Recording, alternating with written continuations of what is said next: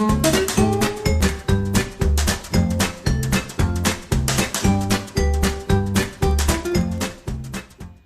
everybody, this is Casey here with CE3D, and just wanted to put a quick video together to demonstrate the capabilities of the new Sovol PTFE tubing.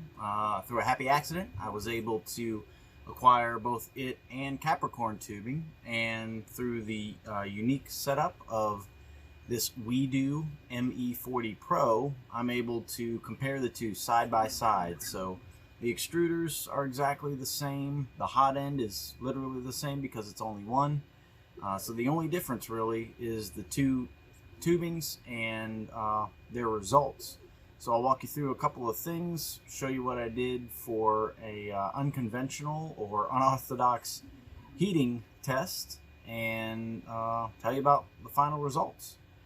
So to start, I did some calibration with some extrusion cubes. These were both off of the same Capricorn tubing to make sure that the extrusion was consistent between the two extruders. I swapped them between the two, and in this case they came out exactly the same, so I felt confident that the rest of the results were going to be consistent, knowing that we weren't worrying about whether or not the different extruders were coming up with different results. So the next thing I did then was to print some rooks, and I did start to see some differences here. I've got them labeled.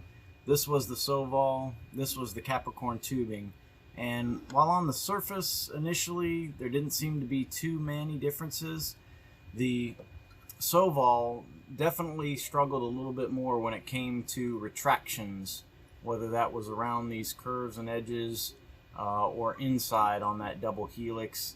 I did notice there were not quite as smooth print results with the Sovol over the Capricorn. That was a little interesting, so I pushed it a little bit further, trying out the new benchy replacement with this print-in-place engine example.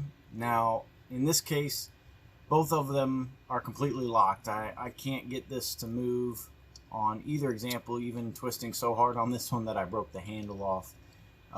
But I really truly believe that's just a setting on my retraction and really dialing in, rather than an impact on either tube.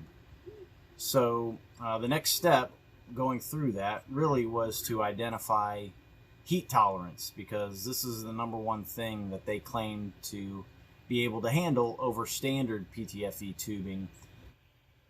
So did a soldering iron come to mind when I mentioned unconventional? Probably not, but I figured what better way to give me fine-tuned control over the temperature and give me the range of temperatures that I need to see failure start to happen in these PTFE tubes. So we'll start with 240. That's kind of on the high end for things like PETG or ABS, but on the low end when we talk about failures or melting on standard PTFE tubes. And we'll see how the Capricorn and the Sovol react. Now, keep in mind that this tip I'm using is a beveled edge tip that I would never use in any soldering example, so don't crucify me for damaging the soldering iron itself. But we're just going to touch the ends, let them sit there for a while, and see if we see any sort of melting or deformity. Maybe hard to see focus wise, but the Sovol did just fine at 240. No doubt Capricorn will be the same. Yeah, no loss of integrity there at all, so we'll dial it up a little bit.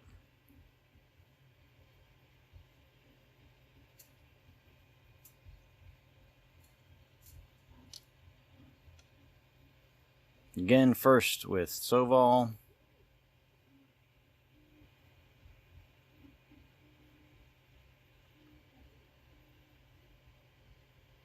Not really seeing any impact. and Capricorn. Again, no change in the tubes whatsoever. Keep going.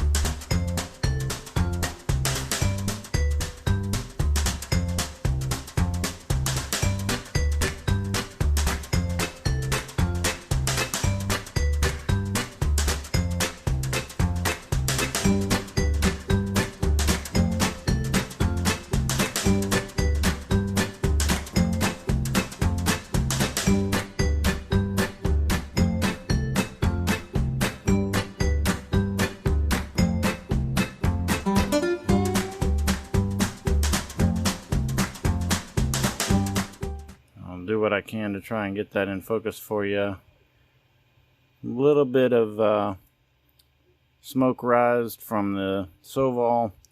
Capricorn held up nice and strong, but again, we're looking at 360 degrees Celsius, a lot hotter than what your typical 3D printer is going to get to unless you move to something like a all metal hot end. So we'll call this a success on both sides.